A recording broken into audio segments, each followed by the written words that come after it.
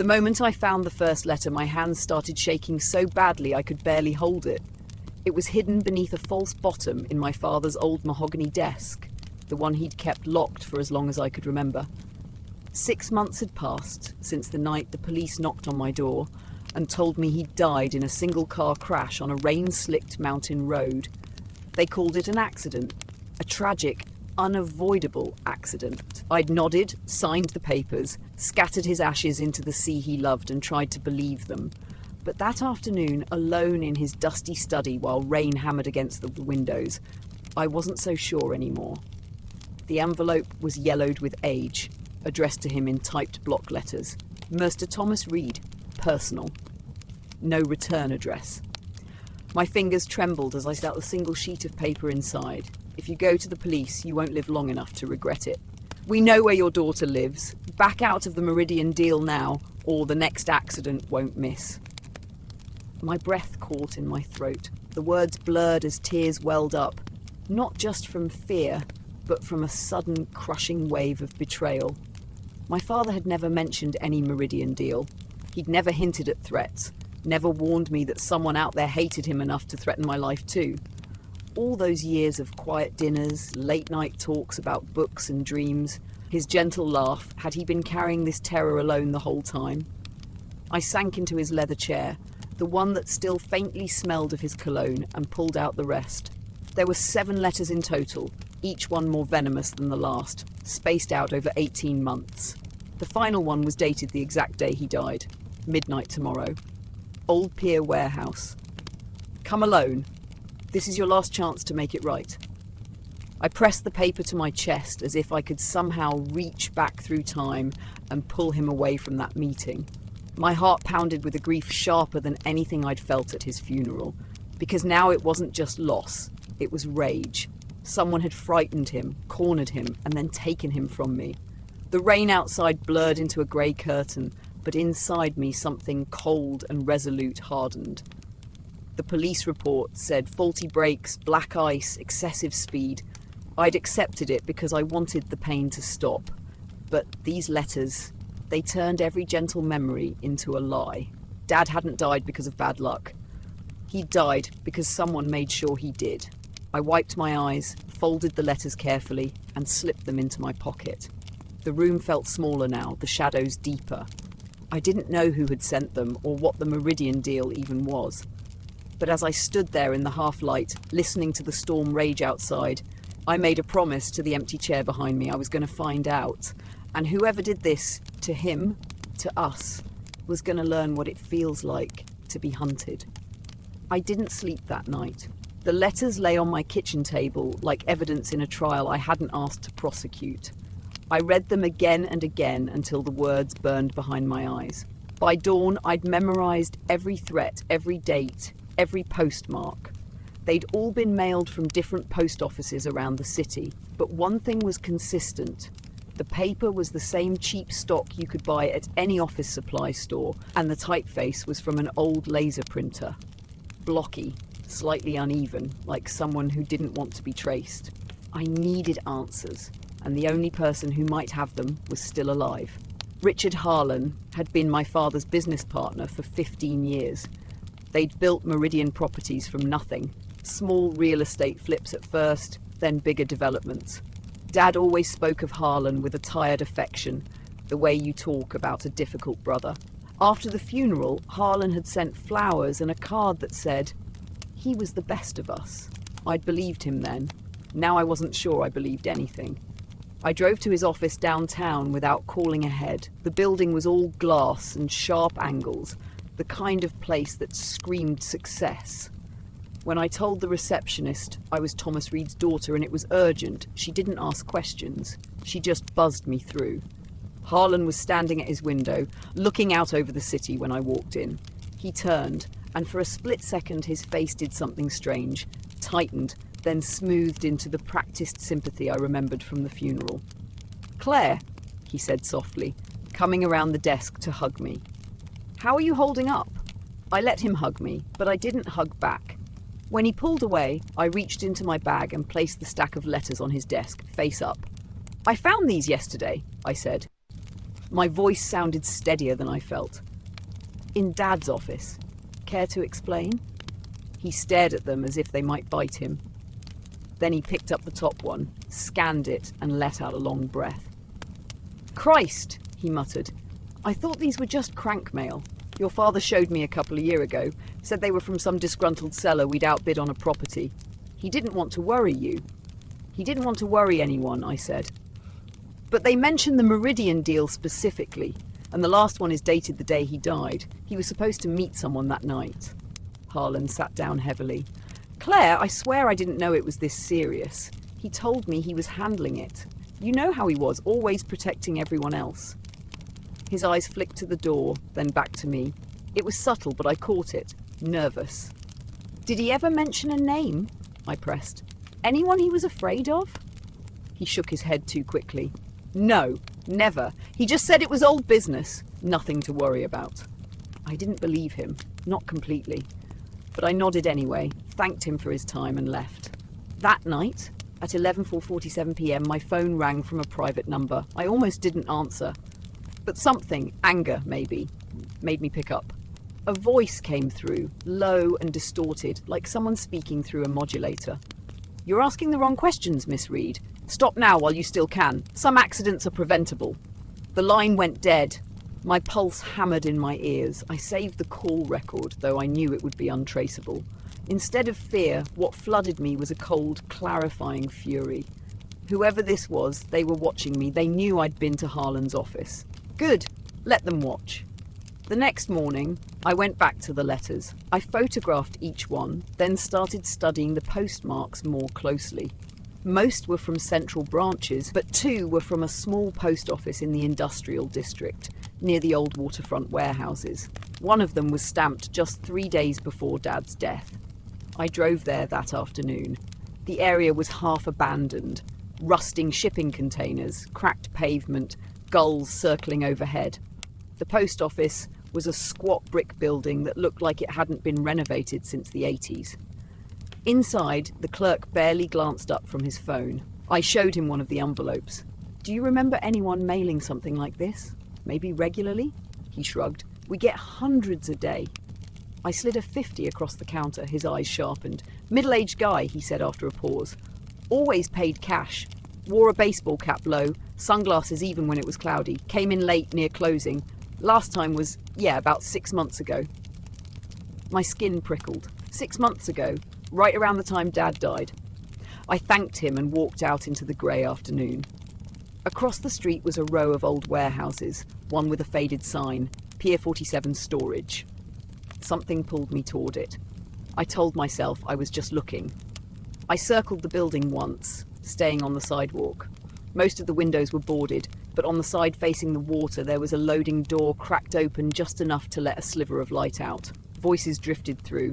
2 men arguing. "Told you Reed was a liability. He was going to talk. He's gone now. It's handled. Not if his daughter keeps digging. She was at Harlan's yesterday." A chill ran down my spine. They were talking about me. I pressed myself against the wall, heart pounding so loud I was sure they'd hear it. "Then we handle her the same way," one of them said, quietly. I didn't wait to hear more. I slipped away, walked quickly to my car, and drove off without looking back. But as I merged onto the highway, I caught a glimpse in my rearview mirror. A dark sedan pulling out 2 cars behind me. They were already following. I wasn't scared anymore. I was ready. I lost them on the highway. I took a sharp exit at the last second, cut through a gas station, and looped back through side streets until the dark sedan vanished from my mirrors. My hands gripped the wheel so tightly my knuckles ached, but my mind was racing clearer than it had in months. They knew my name. They knew I'd been to Harlan's. And they were willing to threaten me the same way they'd threatened my father. By the time I got home, the sun had set and the city lights blurred into streaks through my rain-spotted windshield. I parked 2 blocks away, walked the rest, and entered through the back door. Paranoia, maybe, but it felt necessary. Inside, I spread everything I had across the dining table. The letters, printouts of the postmarks, photos from the warehouse exterior, the clerk's vague description of the man in the baseball cap. It wasn't much, but it was a start. That's when I heard the knock. 3 sharp taps, polite but firm. Not the police, not a delivery. I froze, heart slamming against my ribs. Through the peephole, I saw a woman in a dark raincoat, hood up, face half shadowed. Something about the way she stood felt familiar. I opened the door just wide enough to speak. "Can I help you?"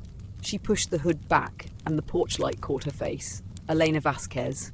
Dad's old assistant from the early days of Meridian Properties. The one who'd left the company 5 years ago after some quiet disagreement no one ever explained.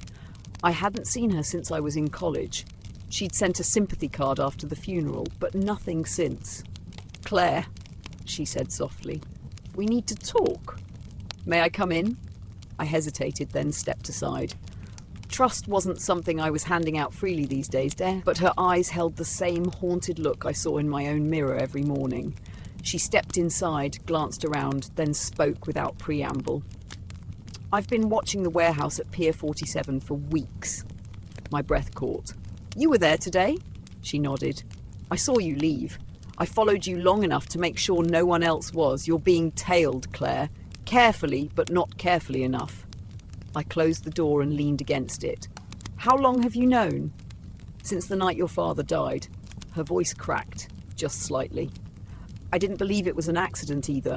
I started looking into things quietly. Then I realized someone was looking into me. She reached into her coat and pulled out a small flash drive. Bank records, offshore accounts, shell companies, all tied to a man named Victor Kane. The name hit me like ice water. I'd seen it once, scribbled in the margin of one of Dad's old notebooks. "V. Kane, do not trust." "Who is he?"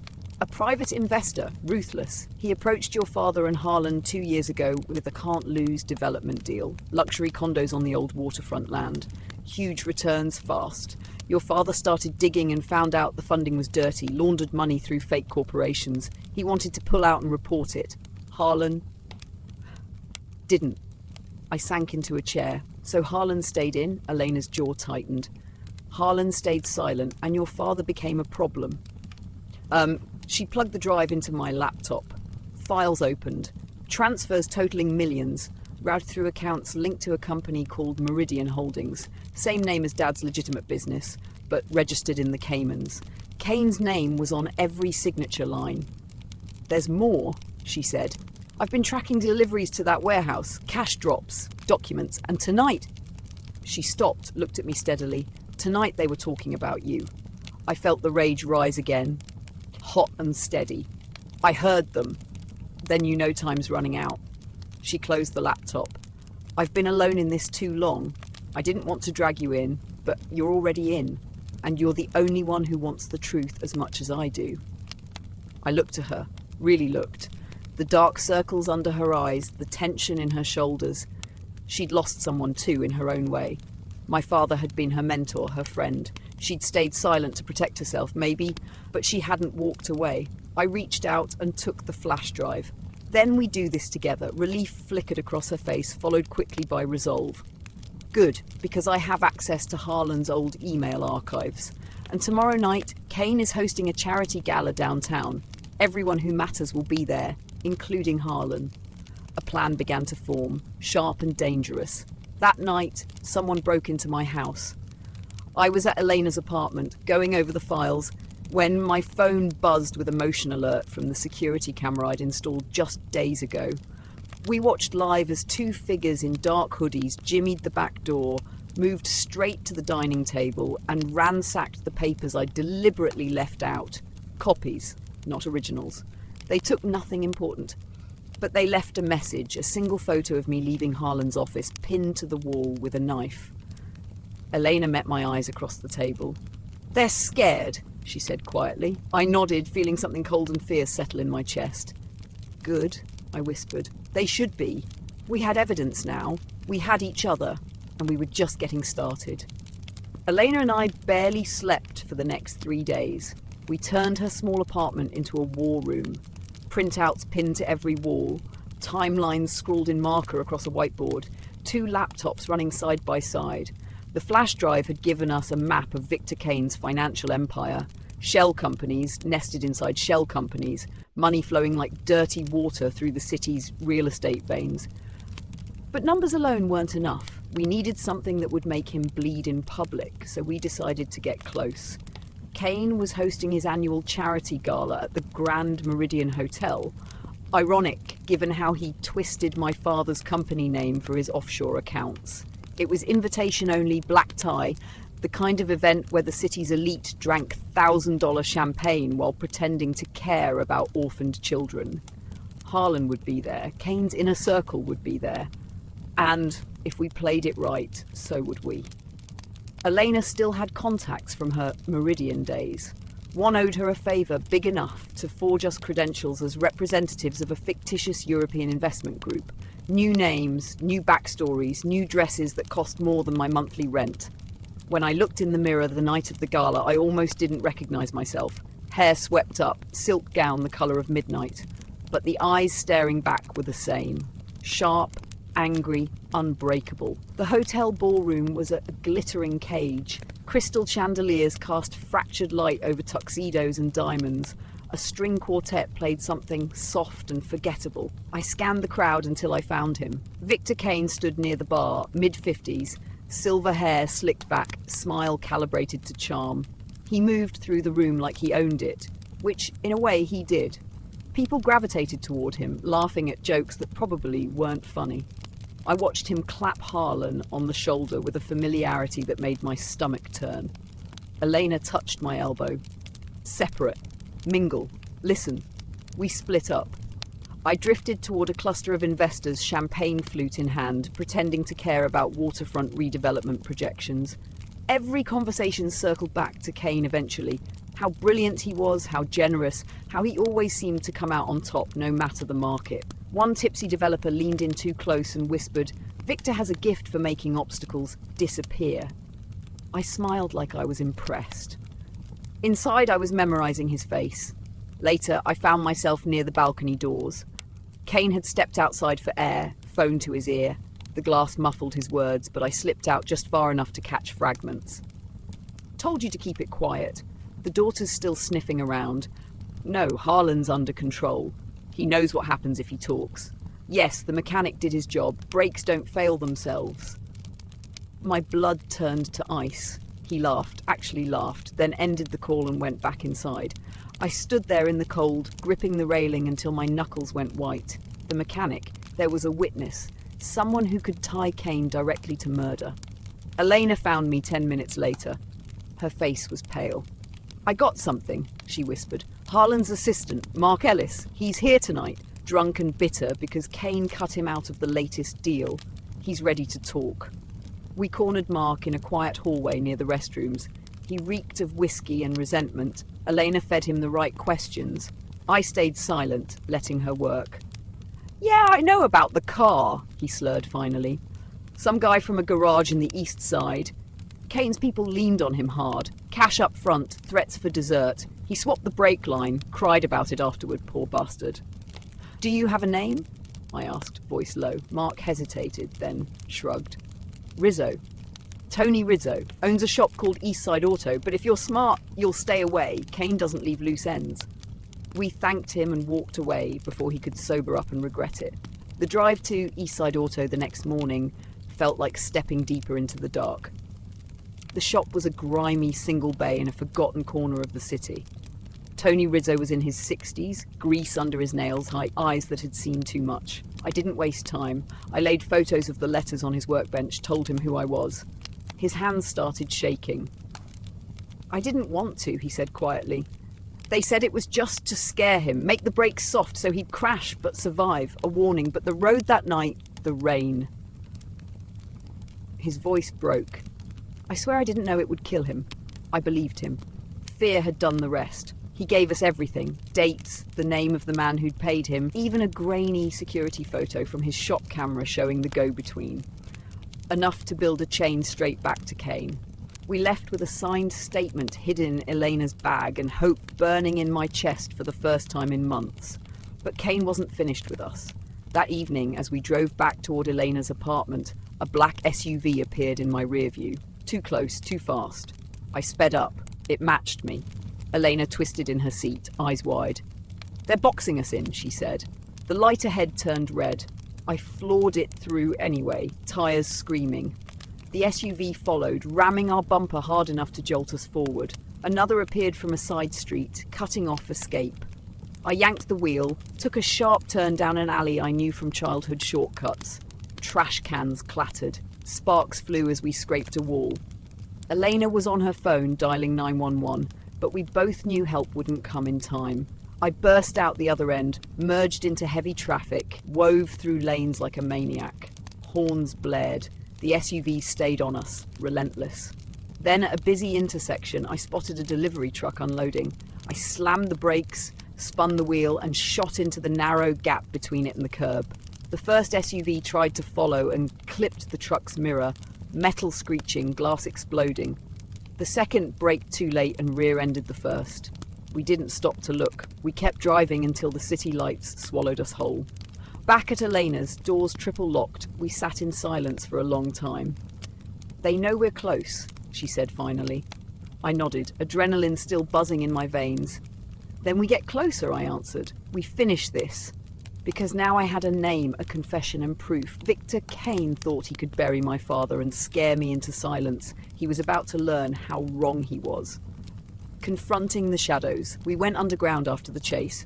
Elena had a friend who owned a small, unmarked cabin 2 hours north of the city. Off-grid, no address, the kind of place you only find if someone trusts you enough to draw you a map on a napkin. We arrived just before dawn, gravel crunching under the tires, exhausted but alive. For the first time in weeks, I slept without dreaming of brakes failing or dark sedans in my rear view. When I woke, the evidence was spread across the kitchen table like a battlefield map. Tony Rizzo's signed statement, the security stills from his shop, screenshots of Kane's offshore transfers, Mark Ellis's drunken confession recorded secretly on Elena's phone, and the crown jewel, a chain of emails Elena had pulled from an old backup server, Harlan forwarding Kane's threats to my father, then deleting them, pretending he'd never seen a thing. It was enough to bury them. But Kane struck first. 2 days later, my phone lit up with alerts. Bank fraud, wire transfers I'd never made, my accounts frozen. Then the news. Local woman embezzles from late father's estate, police issue warrant. Kane had framed me. He'd used the same forged digital trails he'd perfected for his money laundering, making it look like I'd siphoned money from Dad's company accounts after his death. The police were looking for me now. Reporters were calling old friends. My face was on the local news, person of interest in financial fraud case. I sat on the cabin floor, staring at the screen, feeling the walls close in. Isolation hit harder than any chase. Everyone I knew would see me as a criminal, a grifter who'd preyed on her own father's memory. Kane hadn't just tried to scare me, he'd tried to erase me. Elena watched me from the doorway, coffee in hand. "They're trying to make you run," she said quietly. "Or turn yourself in and disappear into the system." I looked up at her. "Then we don't run. We hit back harder." She nodded, and something passed between us. Understanding. Maybe even forgiveness for all the years we'd both stayed silent out of fear. That night, we made a plan that felt insane, but it was the only one left. Harlan was the weak link. He'd stayed in Kane's orbit out of cowardice, not loyalty. If we could break him, we could turn the whole thing around. I called him from a burner phone the next evening. He picked up on the third ring, voice shaky. "Claire? Jesus, where are you? The police." "Save it, Richard." I kept my voice ice cold. "I know everything. The emails, the mechanic, the money. I have proof you helped cover it up." Silence, then a choked sound. "I didn't want any of this," he whispered. "Victor, he threatened my family, my wife's illness. Those treatments aren't cheap. He said he'd cut us off, or worse." I felt no pity. "You let him kill my father." "I didn't know it would go that far. I thought it was just pressure, intimidation." "Meet me tomorrow," I cut in. Alone. The old Meridian office building, the one you and Dad bought first, midnight. "Come, or I send everything to the police and the press. Your choice." He agreed. We set it up carefully. Elena hacked the building's ancient security system, cameras on, audio recording. I waited in the dark top floor, the one with the big windows overlooking the city. The place still smelled like sawdust and fresh paint from the renovation that never finished after Dad pulled out of Kane's deal. Harlan arrived 10 minutes late, looking like he'd aged a decade. Suit rumpled, eyes red. He stepped inside, hands raised like I might be holding a gun. "Claire, please." "Start talking," I said, stepping from the shadows. "On record." He broke faster than I expected. Tears, apologies, the whole collapse. He admitted to knowing about the threats, to warning Kane that Dad was going to the authorities, to staying silent when the accident happened because Kane promised him a bigger cut if he kept quiet. "He said it was just to scare Thomas into backing off," Harlan sobbed. "I swear I didn't know about the breaks until after." I recorded every word. When he finished, he looked at me with something like pleading. "What happens now?" "Now you help us finish this," I said. "You're going to set up a meeting with Kane. Tell him you have a problem, me, that I'm demanding money to stay quiet. Lure him somewhere we control." Harlan's face went grey. "He'll kill me if he suspects." "Then don't give him a reason to suspect."